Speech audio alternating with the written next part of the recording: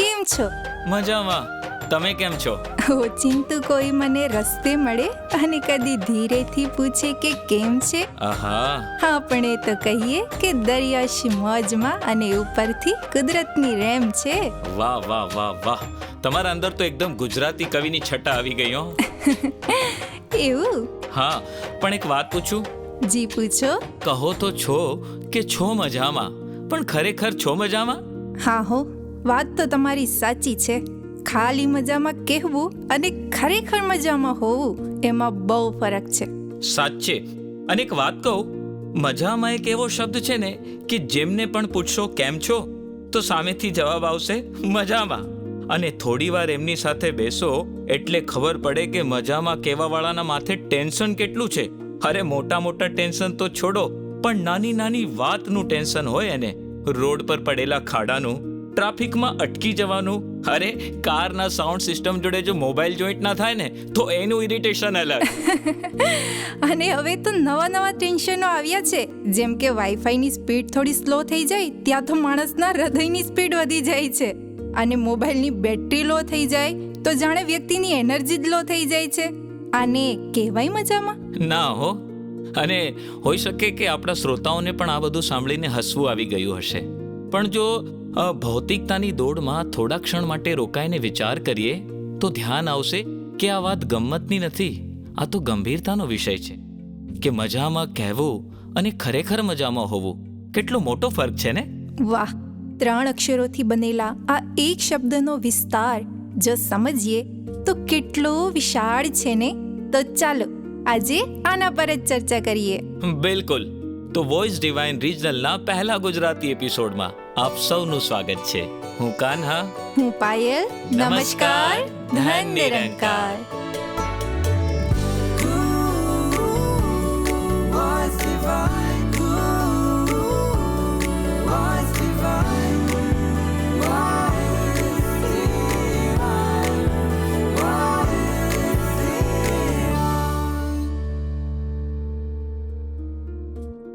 પાયલજી, જી, મોટા ભાગે એવી માન્યતા છે કે જેના જીવનમાં તમામ સુખ સુવિધાઓના સાધન હોય એ જ વ્યક્તિ મજામાં હોય છે. તમારું શું કહેવું છે? હોઈ શકે, પણ જેમના જીવનમાં આ બધું હોવા છતાં પણ જો મજા ના હોય તો તો પછી હોઈ શકે કે સાચે મજા કોને કહેવાય એ વ્યક્તિને ખબર જ નથી. આને થોડું પ્રેક્ટિકલ વિચારીએ તો? જો પ્રેક્ટિકલી કહું ને તો હવે એક વ્યક્તિ જેની પાસે ફૂલ્લી ફર્નિશ્ડ ઘર છે, જેમાં તમામ ઇલેક્ટ્રોનિક ઉપકરણ છે, બસ માત્ર ત્યાં વીજળીનું કનેક્શન નથી, આખા ઘરમાં અંધકાર છે, તો હવે તમે જ કહો સુવિધાઓના સાધનથી આનંદ પ્રાપ્ત કઈ રીતે થાય? સાચે જ, ખરેખર મજા અંધકારથી પ્રકાશ તરફ જવામાં જ છે. કારણ અંધકારમાં ભય અને ભ્રમ છે, જ્યારે પ્રકાશમાં નિર્ભયતા અને આનંદ છે. અને આ જ કૃપા તો સદગુરુ કરે છે. બ્રહ્મ જ્ઞાન રૂપી અજવાળું આપીને આત્માને પરમાત્માનો બોધ કરાવી એવી મજા, એવો આનંદ આપે છે જે હંમેશા હંમેશા માટે કાયમ રહે છે. અને ગુજરાતી ભજનમાં પણ સંતે કહ્યું છે ને કે ગુરુના શરણમાં મારે કાયમ રે દિવાળી, કદી એના ભાળી મેં તો રાત અંધારી. અને પરમાત્માને પ્રાપ્ત કર્યા પછી સુવિધાઓ ના હોવાનો અભાવ એટલે કે દુઃખ, કે પછી સુવિધાઓ હોવાનો પ્રભાવ એટલે કે અહેમ, આનાથી વ્યક્તિ ઉપર થઈ જાય છે અને હંમેશા રહે છે મજામાં. મજામાં?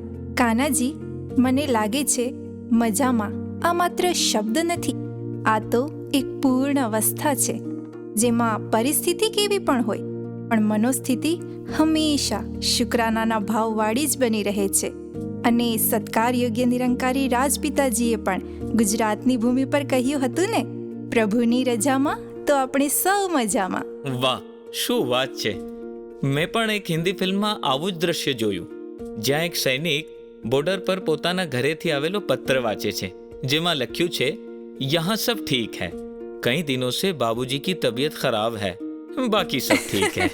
चिंटू स्कूल से आते वक्त गिर गया, एक पैर फ्रैक्चर हो गया, बाकी सब ठीक है. भैंस कई दिनों से दूध नहीं दे रही, बाकी सब ठीक है. बारिश के कारण छत से पानी टपक रहा है, बाकी सब ઠીક હે. ખરેખર હસતા હસાવતા કેટલો મોટો સંદેશ આપી દીધો ને કે હર હાલ મેં ખુશ હું.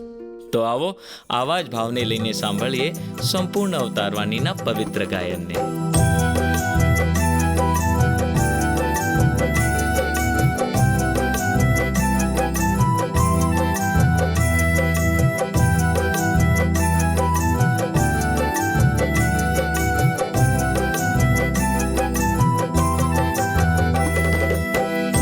જેના મનમાં હરિ વસ્યો છે, હરિરંગમાં એક રંગ રહે.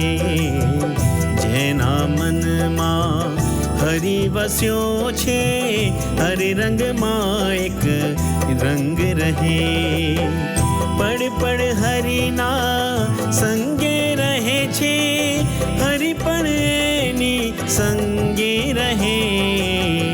જેના મનમાં હરિ વસ્યો છે, હરિરંગમાં એક રંગ રહે.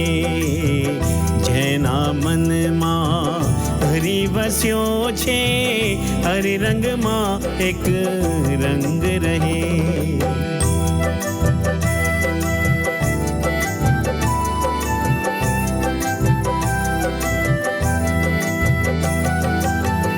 જેના મનમાં રામ પરોવ્યો, રામ બને એનો આધાર.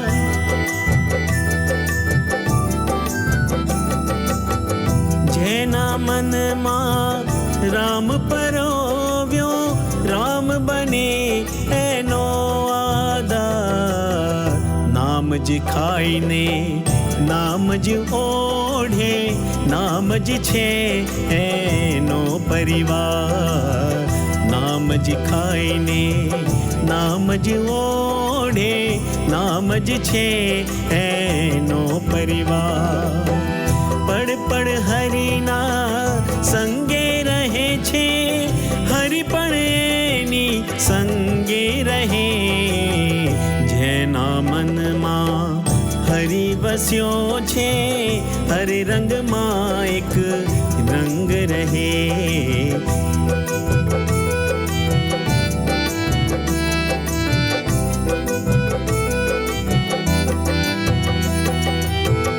જેના દિલમાં જ્ઞાન ગુરુનું, માયાથી હોશિયાર રહે.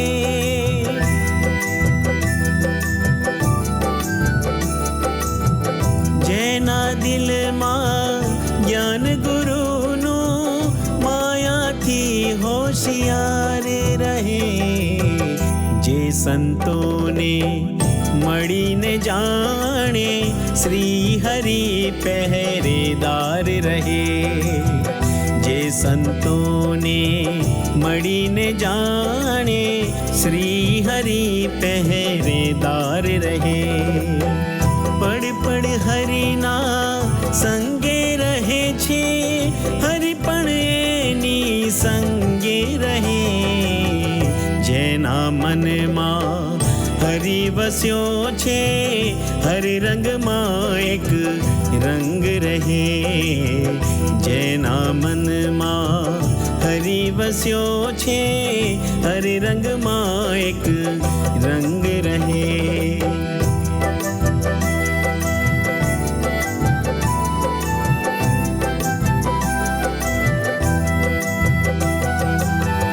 જેના ઘટમાં સદગુરુ વસે છે, એની સંગત કરે છે પાર.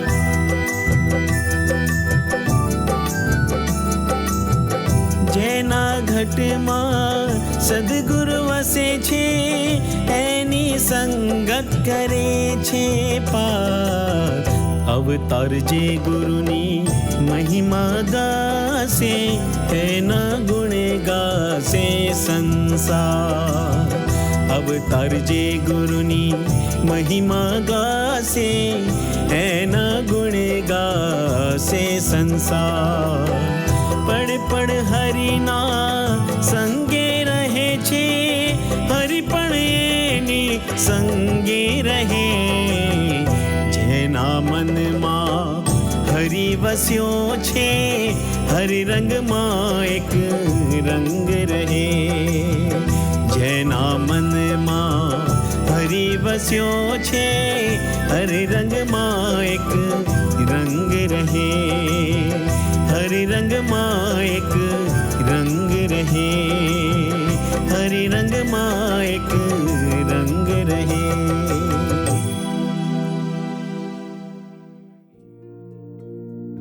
કાનાજી, સંપૂર્ણ અવતારવાણીના આ શબ્દો દરેક પરિસ્થિતિમાં પરમાત્મા પ્રત્યે શુક્રાનાના ભાવને જાગૃત કરી ગયા. મજા આવી ગઈ. ખરેખર પાયલજી. અને એની જોડે એક વસ્તુ એ પણ ધ્યાન આવે છે કે દરેક વ્યક્તિ માટે મજાના સ્ત્રોત જુદા જુદા હોય છે. જેમ તમે હમણાં કહ્યું, મજા આવી ગઈ. વાત તો તમારી સાચી છે. કોઈને કોઈ વસ્તુ લેવાનું મન કરતું હોય અને એને વસ્તુ મળી જાય તો મજા આવી જાય. દાખલા તરીકે, જો કોઈને ગુલાબજામુન ખાવાનું મન કરતું હોય અને એને મળી જાય, તે વ્યક્તિ કહેશે ને, વાહ, મજા આવી ગઈ. સાચી વાત છે. એ જ રીતે જ્યારે અમે નાના હતા તો રમકડાથી મજા આવતી, સ્કૂલ ગયા તો પોકેટ મનીથી, અચાનક મળેલી સ્કૂલની રજાથી, જવાનીમાં દોસ્તો સાથે ફરવાથી, બેફામ મસ્તીથી, પછી સારી નોકરીથી મજા આવી, અને વૃદ્ધાવસ્થામાં ઘરની શાંતિથી, પોતાના ત્યાગની અને બહાદુરીની વાતો કોઈકને સંભળાવવાથી મજા આવી. આનો મતલબ શું થયો પાયલજી? મજાના સ્ત્રોત બદલાઈ ગયા ને? તો પછી જેને આપણે મજા કહીએ છીએ, ખરેખર આ મજા છે જ નહીં. આ તો માત્ર ઈચ્છાઓની પૂર્તિ છે, જેને આપણે મજાનું નામ આપી દીધું છે. અને આ મજાનો સ્ત્રોત પોતે અસ્થિર છે, તો એનાથી મળવાવાળી મજા સ્થિર કઈ રીતે હોઈ શકે? અને કાનાજી, આ મજા ક્યાં કહેવાય જે આજે તો છે પણ કાલે નથી? તો પાયલજી, કાયમ અને સ્થિર રહેવાવાળી મજાનો સ્ત્રોત તો એક જ છે ને? જી હા, અને એ છે કાયમ અને સ્થિર રહેવાવાળા પરમાત્મા, પ્રભુની જાણકારી. દરેક ઘટમાં એક પ્રભુના દર્શન કરવાથી અને પ્રભુ રજામાં રહેવાથી પ્રકૃતિના કણકણમાં વ્યક્તિને મજા જ જોવાય છે. બિલકુલ. આપણા ગુજરાતના સંત અખા ભગતજીએ પણ આ કહ્યું છે ને, નાના મોટા સૌ હરીના ઘાટ, અખા કોઈ સૂક્ષ્મ તો કોઈ વિરાટ, ફેરે ફેરે મેં જોયું મથી, આમાં હરી વિનાનું એકેય પદાર્થ નથી, રંગના ઢંગ છે ત્રિલોક તણા, ખાલી નથી એકેય ઠામ, એવું જોઈને અખો ભજન લખે, જ્યાં જોઉં ત્યાં એક જ રામ. વાહ, બ્રહ્મજ્ઞાનને સંતોની વાણીએ કેટલું પારદર્શક કરી દીધું ને! જ્યાં જુઓ ત્યાં એક જ પરમાત્મા. અને આવા પરમાત્મા જોડે જ્યારે આપણે એકમેક થઈ જઈએ તો ત્યારે આપણા જીવનની દરેક ઘટનામાં આપણે મજાને શોધી જ લઈએ છીએ. કેમ, ખરું ને? બિલકુલ કાનાજી. તો આવો, આવા જ એક પુરાતન સંત આદરણીય વિદ્યાબહેનજી ગોધરાથી, જેમને આપણે સાંભળીએ અને જાણીએ કે એમના જીવનમાં એ દરેક પરિસ્થિતિમાં કઈ રીતે આનંદ, સુકૂન અને મજામાં રહ્યા. पूज्य JRD सत्यार्थीजीએ પૂર્ણત્વ કી ઓર નામક પુસ્તકમાં સુંદર દ્રષ્ટાંત આપ્યો કે એક વખત હું કારમાં જઈ રહ્યો હતો. કારની બારીમાંથી મેં જોયું, ડાબી બાજુ ગુલાબના ખીલેલા ફૂલોનો બગીચો હતો. મારા મનમાં થયું કે ફૂલોને હું તોડું અને સુગંધ લઉં, પણ ફૂલ તો સ્થિર હતા, હું તો ચાલતો હતો, મારી ગાડી તો ચાલતી હતી. હવે સ્થિર વસ્તુને પામવા માટે મારે પણ સ્થિર થવું પડશે. એવી જ રીતે તમામ દુનિયાની રંગ બદલતી જે વસ્તુઓ છે તે આપણા ઉપયોગ માટે છે. આપણે તો સ્થિર પરમાત્માના અંશ આત્મા છીએ. જ્યારે સદગુરુ પાસેથી આવું દિવ્ય જ્ઞાન જીવનમાં આવી જાય છે તો ખબર પડે છે કે હું ક્યાં. રંગ બદલતા સંસારમાં એકરસ રહેવા માટેનો એક જ ઉપાય કે એકરસ પરમાત્મા જોડે કનેક્ટેડ થવું. જેવી રીતે ચકડોળમાં બેસીએ છીએ, ચકડોળ ચાલે છે, ઉપરથી નીચે પણ થાય છે અને નીચેથી ઉપર પણ થાય છે, પણ આપણો હાથ ચકડોળના હેન્ડલને મજબૂત પકડે છે તો એ હલનચલનનો આપણા ઉપર અસર થતો નથી. એવી જ રીતે એકરસ પરમાત્મા જોડે મન જોડીને આપણે પણ એકરસ રહી શકીએ છીએ. કોઈ પણ પરિસ્થિતિ આપણને ડગાવી શકતી નથી. જ્યારે મારા એક રિપોર્ટમાં કેન્સર આવ્યું થોડા સમય પહેલાં, તો ડૉક્ટરો કહે કે બેન, તમે કેન્સરનો સમાચાર સાંભળતા હતાશ કેમ ન થયા, રડ્યા કેમ નહીં? દાસીએ કહ્યું, ભાઈ ડૉક્ટર સાહેબ, આ તમામ વસ્તુઓ જે મારી પાસે છે ને, તન, મન અને ધન, એ મારા પરમાત્માની અમાનત છે. એને જે લેવું હોય, જે આપવું હોય એની મરજી. મારા ઉપર એનો કોઈ પ્રભાવ મારા ગુરુની કૃપાથી પડતો નથી. એવી જ રીતે ગુરુ ભગતના જીવનમાં, ગુરુશીખના જીવનમાં દુઃખ અને સુખ બંને આવીને ચાલ્યા જાય છે. એનો પ્રભાવ એના ઉપર રહેતો નથી, કારણ કે ભગત કાયમ પરમાનન્ટ સુખના સાધન પરમાત્માની મસ્તીમાં રહે છે. પાયલજી, જ્યારે જીવનમાં સંતોનો સંગ પ્રાપ્ત થતો હોય છે ત્યારે પ્રતિકૂળ પરિસ્થિતિમાં પણ અનુકૂળતા કઈ રીતે પ્રાપ્ત કરવી, આ કળા આવી જતી હોય છે. જી બિલકુલ. પણ કાનાજી, માત્ર સંગ જ નહીં, સંગ સાથે અનુકરણ પણ જરૂરી છે. સંતોના સંગથી, સદગુરુ થકી બ્રહ્મજ્ઞાનની પ્રાપ્તિ તો થઈ શકે, પણ બ્રહ્મજ્ઞાનનો જીવનમાં ઉપયોગ તો વ્યક્તિએ પોતે જ કરવાનો હોય છે ને. સાચી વાત છે. અને એનો આનંદ પણ એમાં જ છે ને. જેમ સંપૂર્ણ હરદેવ વાણીમાં પણ કહ્યું છે ને, જ્ઞાન લેકર જ્ઞાન કા હૈ, જિસને ન ઉપયોગ કિયા ઉસકો લાભ મિલા ન કોઈ, ન ઉસને આનંદ લિયા. ખૂબ સુંદર. કાનાજી, ઘણીવાર જ્ઞાનનો ઉપયોગ કરવો જોઈએ આ તો બધા જ કહેતા હોય છે, પણ જ્ઞાનનો ઉપયોગ કરવો કઈ રીતે, આમાં મૂંઝવણ રહી જતી હોય છે. સાચું કહું, મને પણ મૂંઝવણ હતી, પણ સદગુરુની કૃપાથી આમણે જ ઉકેલ કરી આપ્યો. અને એ કઈ રીતે? જુઓ, કોઈ વ્યક્તિ રસ્તા પર ચાલતા જતો હોય અને રસ્તા પર પૂર્ણ અંધકાર થઈ જાય તો એવા સમયે આજકાલ તો જનરલી મોબાઈલ ટોર્ચનો જ ઉપયોગ થાય છે. હા, એ તો છે. અને જ્યારે ટોર્ચનો પ્રકાશ રસ્તા પર પડે છે ત્યારે એક પ્રકાશનો વિસ્તાર રસ્તા પર જોવાય છે. અને એ સમયે જે વ્યક્તિ ચેતનતાથી પ્રકાશના એ વિસ્તાર પર જ ધ્યાન આપીને ચાલે છે તો પ્રકાશનો એ વિસ્તાર વધતો જાય છે. અને અંધકારથી ભરેલો રસ્તો કેટલો પણ લાંબો હોય, વ્યક્તિ સહેજતાથી એને પાર કરી લે છે. વાહજી, એટલે પ્રકાશ પર ધ્યાન રાખી અંધકારથી પ્રભાવિત થયા વગર ચાલવું, એ જ તો છે પ્રકાશનો ઉપયોગ. બરાબર. એ જ રીતે જો જ્ઞાનનો ઉપયોગ કરતા પણ આવડી જાય, આ નિરાકાર પરમાત્મા પર ધ્યાન રાખી અને જીવન જીવીએ તો પછી માયાનું કોઈ પણ રૂપ આપણી મજા કે આનંદને ક્યારેય છીનવી શકતું નથી. શું વાત છે! અને પછી આપણા જીવનની આ યાત્રા નિશ્ચિંતપણે મજાની સાથે વ્યતીત થતી જાય છે. સાચી વાત છે. પણ આમાં હજી એક ચેતનતાની જરૂર છે.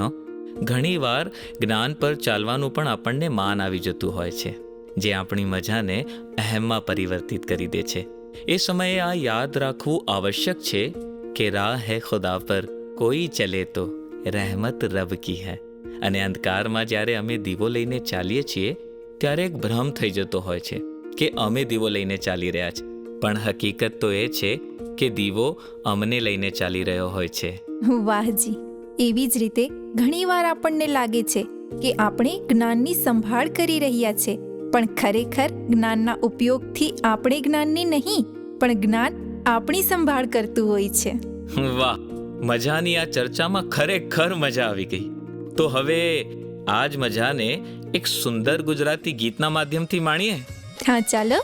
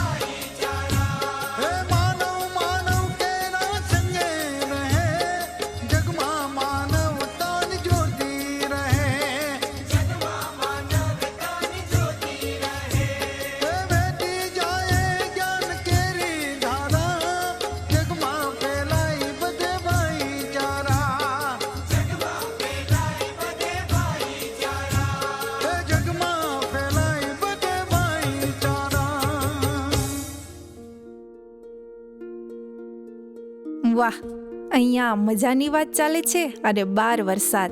અને જ્યારે કાનાજી વરસાદ પડતો હોય અને ગરમા ગરમ ભજીયા ખાવા મળી જાય, આહા, તો મજા જ આવી જાય. તમે વરસાદની વાત કરી તો મને પણ વરસાદનો એક કિસ્સો યાદ આવી ગયો.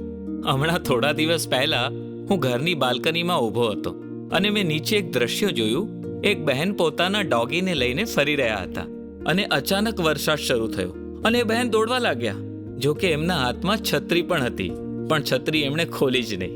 અને આ જોઈને મેં મનમાં વિચાર કર્યો કે આ વળી શું, હાથમાં છત્રી તોય બહેન દોડે છે. અરે એના કરતાં તો છત્રી ખોલી લેવાય ને. ખેર, એમનું કારણ કંઈ પણ હોઈ શકે, પણ આ વિચારીને હસતા હસતા મને પોતાના પર એક વિચાર આવ્યો કે ક્યાંક હું પણ આવું જ તો નથી કરી રહ્યો. જ્ઞાનરૂપી છત્રી હાથમાં હોવા છતાં જ્યારે અણધાર્યો સમય આવે છે ત્યારે જવાબદારીથી ભાગું જ છું ને. કાશ એવા સમયે જ્ઞાનને આચરણમાં લાવી દો, પછી અણધારી પરિસ્થિતિમાં પણ ધૈર્ય પ્રાપ્ત થઈ જાય છે. જ્ઞાન મારું રક્ષક બની જાય છે. બિલકુલ જી, બિલકુલ. ને આપણે બહુ લકી છીએ ને કે આપણા જીવનમાં એક સાચા માર્ગદર્શક સદગુરુ હાજર છે, જે બિલકુલ. સમય સમય પર આપણને જીવનમાં અત્યંત ઉપયોગી થાય અને ભક્તિની સંભાળ થઈ શકે એવા વચનોથી માર્ગદર્શિત કરે છે. અને સદગુરુના આપણા જીવનમાં હોવાથી આપણા વિચારો સકારાત્મક થઈ જતા હોય છે, મન વિશાળ થઈ જાય છે, જાણે આપણો નજરિયો જ બદલાઈ જાય છે. સાચે પાયલજી, અને કોઈક શાયરે પણ કહ્યું છે ને કે જૈસા નજરિયા હોતા હૈ વૈસા મંજર હોતા હૈ, દરઅસલ મૌસમ આદમી કે અંદર હોતા હૈ. સદગુરુ માતાજીએ પણ પોતાના પ્રવચનમાં કહ્યું છે ને कि सुकून की यात्रा बाहर से अंदर की नहीं, ये तो अंदर से बाहर की होती है. અને જ્યારે આ વિચાર મનમાં વસી જાય છે ત્યારે વ્યક્તિનો મૂળ સ્વભાવ જ મજામાં થઈ જાય છે. પછી એ વ્યક્તિ માટે જીવનમાં એક જ સૂત્ર બની જાય છે, અને એ છે દરેક રંગમાં તું હી તું. વાહ કાનાજી, જ્યાં રંગોની વાત આવી તો ગુજરાતની સંસ્કૃતિમાં પણ કેટલાય રંગો છે ને. અને એમાંથી એક રંગ પ્રાચીન નાટ્યકળા એટલે કે ભવાઈનો રંગ. અને જ્યારે ભવાઈની વાત કરીએ તો આંખો સામે કોણ આવી જાય? રંગ લો અને રંગલી. તો ચાલો આપણે સૌ જોડાઈએ ભવાઈના રંગ સાથે.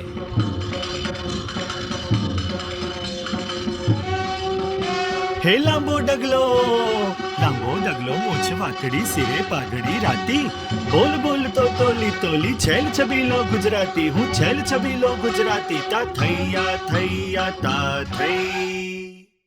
અરે રંગલી, તું પણ બોલ. ટેલ તને શું થયું? મારું મૂડ નથી રંગલા. કેમ? વાઈફાઈ બંધ થઈ ગયું કે ઇન્સ્ટા ઉપર કોઈએ ફોલો બેક ના આપ્યું કે પછી તારા વિડીયોઝ ઉપર લાઈક કે વ્યૂઝ નથી આવતા? આમાંથી કંઈ જ નહીં. શું? આજકાલ તો વધારે પડતા ચિંતાના કારણ આ જ હોય છે. અરે રંગલા, આજે તો હું કંઈક એવું જોઈ આવી કે મન ખૂબ જ ઉદાસ છે. ઓહો, એવું તો શું જોઈ આવી? કુદરતનો કહેર રંગલા, કુદરતનો કહેર. શું વાત કરે છે? એક એવો વાવાઝોડું કે જેણે ખેડૂતના પરિવારના માથેથી છત જ છીનવી લીધી. ઓહો. વર્ષોના મહેનતથી ઊભા કરેલા ફળદાર વૃક્ષોને મૂળ સહિત ધરાશાયી કરી દીધા. પોતાના બાળકની જેમ જેમનું પાલન પોષણ કર્યું હોય એવા પશુ વેરવિખેર થઈ ગયા. આ જીવિકા જ ખોરવાઈ ગઈ. હવે શું થશે એ પરિવારનું રંગલા? શું થશે? મને તો ખૂબ જ ચિંતા થાય છે. શું થશે? અરે એ પરિવાર તો એકદમ મજામાં છે અને વાવાઝોડા ગ્રસ્ત લોકોની મદદ કરે છે. શું? મજામાં? હા રંગલી, મજામાં. જે દ્રશ્ય તું અડધું જોઈ આવી એ હું આખું જોઈને આવ્યો છું. તારી જેમ મને પણ દુઃખ થયું કે આ શું થયું, પણ હું જ્યારે એમના ઘરમાં ગયો ત્યારે મેં જોયું કે ખેડૂતની પત્ની કહેતી હતી, અરે સાંભળો, આ શું થઈ ગયું? આપણા ખેતરનો પાક હવાના વેગથી ઢળી ગયો, માથેથી છત જતી રહી, પશુઓના ખોરાક માટે ઘાસ પણ નથી રહ્યું, વીજળીના કનેક્શન બંધ થઈ ગયા, ઘરમાં અને જીવનમાં અંધકાર છવાઈ ગયો. પછી? અરે પછી એ ખેડૂતે પોતાની પત્નીને કહ્યું, આવું ના બોલ, કર્તાથી કારણ ના પૂછાય, બસ પ્રભુનો આભાર વ્યક્ત કર. ભલે માથે છત નથી, પણ સદગુરુનો પરમાત્માનો હાથ તો છે ને. પાક ઢળી ગયા, પણ ખેતર તો છે ને. તને લાગે છે કે પશુઓ માટે જમવાનું નથી, પણ બધાનું ભરણ પોષણ કરવા વાળા પ્રભુ તો છે ને. અને જે થાય પ્રભુ ઈચ્છાથી જ થાય છે. અને પ્રભુ ક્યારેક કોઈનું ખોટું કરવા ઈચ્છતા જ નથી. હે ભગવાન, આટલું ધૈર્ય? હા રંગલી, હા. અને પછી ખેડૂતની પત્નીએ જ કહ્યું, હે પ્રભુ, તમારો ખૂબ ખૂબ આભાર, તમારો ખૂબ ખૂબ આભાર. ચાલો હવે આપણે લોકોની મદદ કરીએ, હતાશામાં કોઈ કાંઈ ખોટું ના કરી બેસે. જોયું રંગલી, કેટલું મોટું પરિવર્તન. આહા, શું વાત છે રંગલા. તો ચાલ થઈ જાય પરમાત્મા પ્રત્યે વિશ્વાસનો વેશ.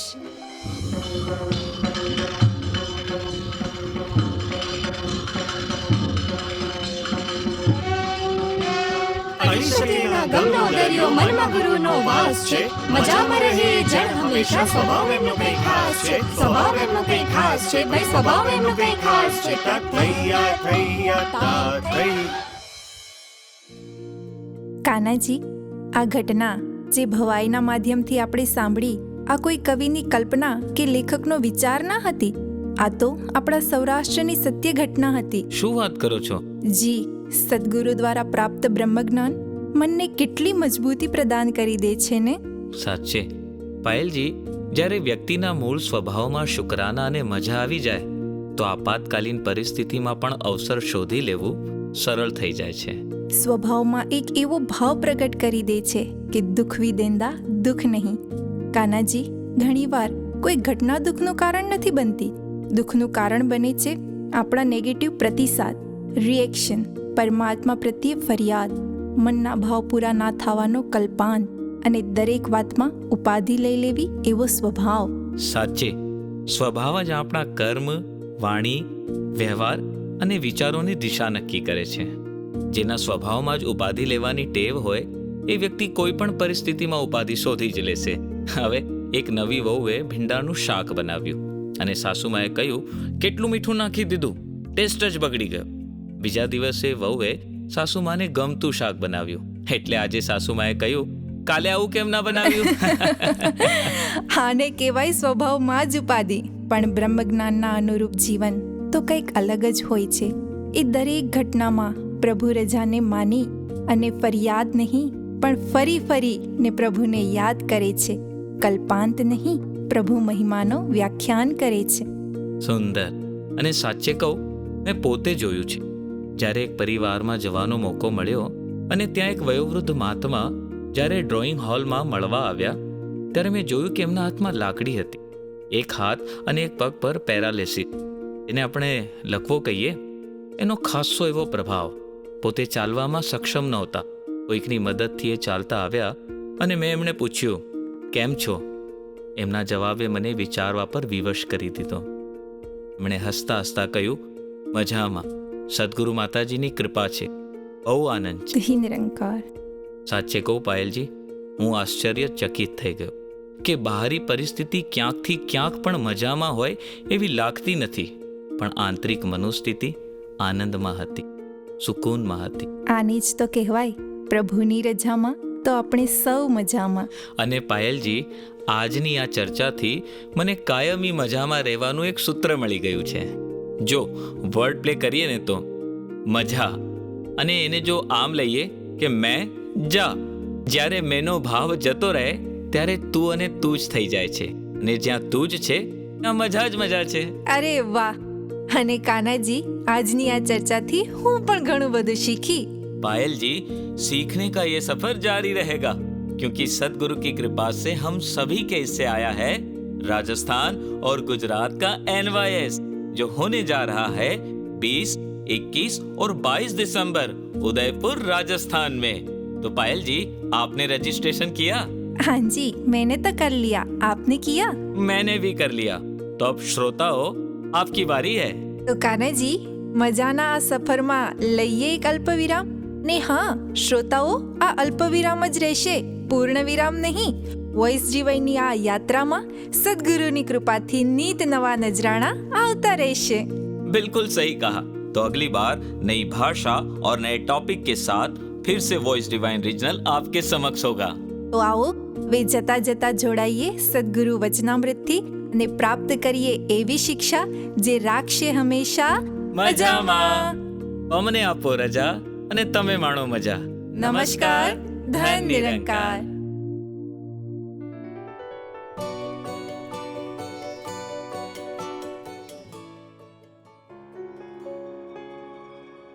एक कोई अगर गांव हो तो वहाँ पे एक रास्ता अभी बना नहीं अगर, तो पहले एक वो रास्ता पहाड़ों में भी अक्सर अगर देखते हैं ज़्यादा एक ही ट्रैक पे चलते हैं तो पहले पगडंडियाँ बनती हैं, वो पगडंडियाँ फिर ज़्यादा कम्यूट होता है, फिर वो हॉर्सेस आते हैं, फिर उसके बाद वो एक बाइक और एक स्कूटर्स जितने रास्ते चौड़े हो जाते हैं, फिर गाड़ियों लायक चौड़े हो जाते हैं और फिर वो एक अच्छा हाईवे भी बन जाता है।